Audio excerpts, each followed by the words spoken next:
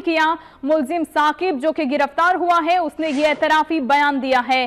अहम खबर आपको दे रहे हैं, एक बार फिर से बताएं कि यूनान से जाली पासपोर्ट पर लाहौर आने वाला मुसाफिर गिरफ्तार हुआ है। साकिब इसका नाम बताया जाता है। मजीद जानेंगे रमजान बेग से। रमजान, तफसीलात बताइएगा।